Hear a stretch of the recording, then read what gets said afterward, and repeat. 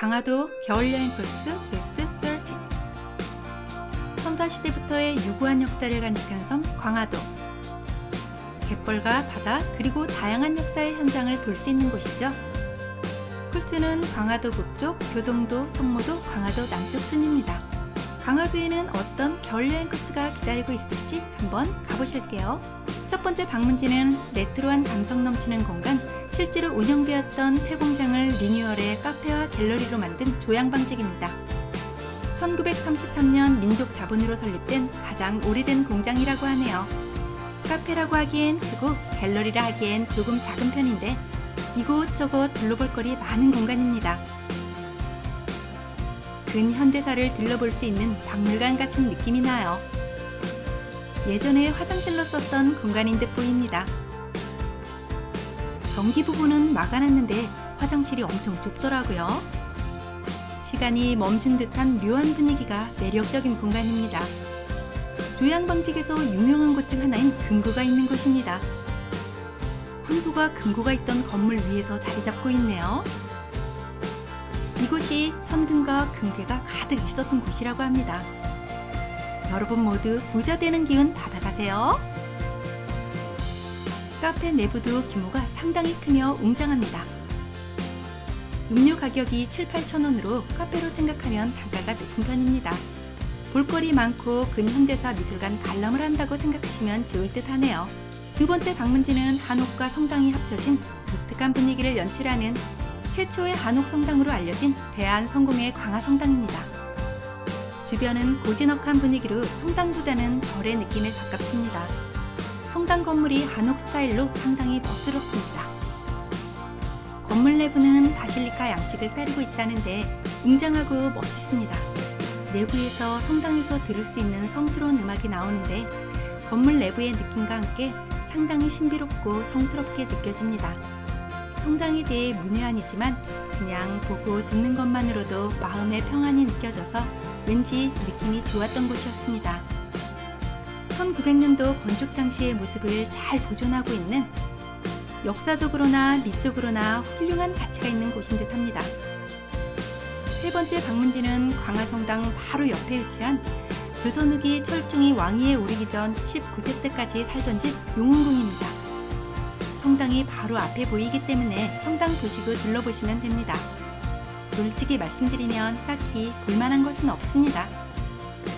실내가 오픈되어 있는 것도 아니고 그냥 한옥집의 외관을 보는 정도이고 철중이 살았던 역사적 사실인 공간을 본다 정도의 느낌입니다. 세트처럼 역사적 사실을 좀 더 표현해놨으면 더 좋았을 듯 하네요. 용흥궁을 나오면 유명 식당들도 있고 골목길 느낌이 괜찮더라고요. 광화성당과 함께 묶어서 보기 좋았던 용흥궁이었습니다. 네 번째 방문지는 고려 왕조가 몽골에 대항하기 위해 머물렀던 궁터로 용흥궁에서 도보로 가능한 거리에 있는 고려 궁지입니다. 궁터의 아이러브 강화는 왠지 조금 어색하네요. 고즈넉한 풍경에 따사로운 햇살이 비치는 곳이더군요. 남아있는 건물로는 이방청과 외교장각이 있습니다.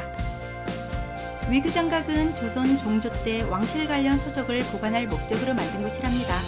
외교장각 내부에서는 관련 내용들을 보실 수 있습니다. 가장 높은 곳으로 올라오면 아무것도 없는 궁터만 남아있습니다.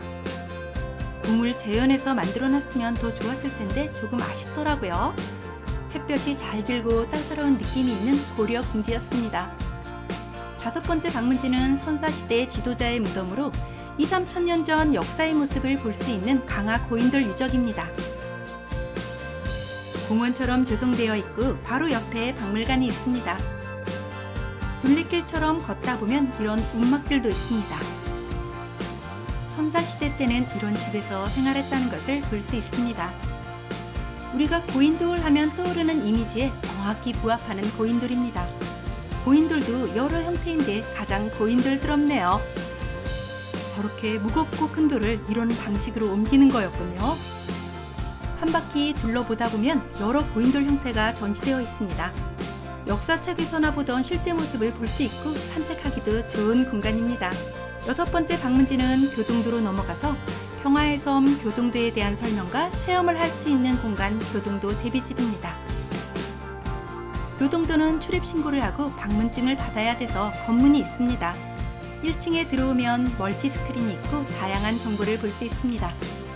보시고 싶은 정보를 선택하시면 화면이 바뀝니다. 아이들이 좋아할 만한 공간이 교동신문 발행하기입니다. 안내에 따라서 사진을 찍고 내용을 선택하시면 제법 그럴싸한 신문 한 장을 출력받을 수 있습니다. 2층으로 올라가면 망원경으로 전망을 보실 수 있습니다.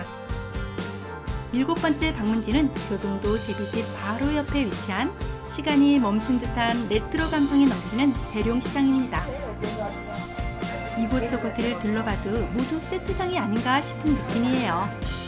오래돼 보이려고 꾸미지 않은 자연스러움이 묻어납니다. 야트막한 건물들 사이로 구경을 하면서 걷다 보면 아름다운 새들의 지저귀 소리가 귓가를 맴돌며 힐링이 되는 듯합니다. 조선 나이키란 고무신이지 말입니다. 옛날 담배의 역사도 알 수가 있고요. 표어라고 하나요? 실제 사용했던 표어들인가 봅니다. 귀여운 멍뭉이는 따가운 햇살에 곤잠을 자고 있네요.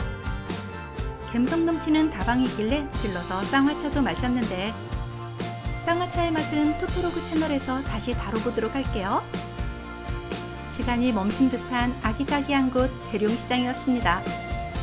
8번째 방문지는 성모도로 넘어와서 성모도 유일의 해수욕장인 갯벌과 저어새의 서식지인 민모루 해수욕장입니다. 강화군 쪽이나 서해 쪽의 바다는 갯벌이 많아서 멋진 바다 조망이 힘듭니다. 물이 빠진 상태라 이렇게 넓게 갯벌이 보입니다. 민모루 해수욕장의 갯벌 모래에는 미네랄 성분이 다량으로 함유되어 있어서 부인병과 신경통, 피부 미용에 아주 좋다고 합니다. 겨울이라 쓸쓸해 보이는 민모루 해변이었습니다. 9번째 방문지는 양양 낙산사, 여수 향이람, 남해 보리암과 함께 바다를 품은 4대 해수 가늠 성지인 성모도 보문사입니다. 보문사를 올라가는 길은 상당히 가파릅니다. 사찰들을 방문하면 이런 동양적인 아름다움이 있는 건축물들이 많아서 눈으로 보는 재미도 쏠쏠합니다. 소원을 빌 때 돌린다는 인장대입니다. 예전에는 돌릴 수 있었는데 지금은 만지지 말라고 되어 있네요. 방탄소년단도 보문사를 다녀왔었나 봅니다. 다양한 표정을 지닌 오백나한상은 재미있으면서 신비롭네요. 오백나한상은 부처가 열반한 뒤 모인 회의 때 모인 제자 500명이라고 하네요. 10번째 방문지는 다시 강화도로 넘어와서 강화도 남쪽에 있는 세계 5대 갯벌 중 하나로 꼽히는 동막 해변입니다. 성모도 민모루 해변과 비슷한 느낌입니다. 갯벌에는 칠개, 가무락, 개치렁이 등 다양한 바다 생물이 있다고 합니다. 하늘의 풍광이 신비로운 분위기를 연출해줍니다. 누군가는 저 멀리 바닷가에 얼음이 보이는 게 아이슬란드와도 비슷하다고 표현하기도 한다고 합니다. 11번째 방문지는 미스터 선샤인, 대장 김창수 등 다양한 작품을 촬영한 99칸의 전통 한옥집 우일각입니다. 멋들어진 운치가 있지만 아쉽게도 사이즈라 리뷰는 볼 수 없습니다. 집 밖에는 겨울이어서 얼어붙은 자그마한 연못이 있네요. 지방 여러 곳의 고택이라던가 공부도 많이 봤지만 이곳만큼 자연스러우면서 운치 있는 곳을 만나기 쉽지 않습니다. 내부를 관람할 수 없어서 아쉽네요.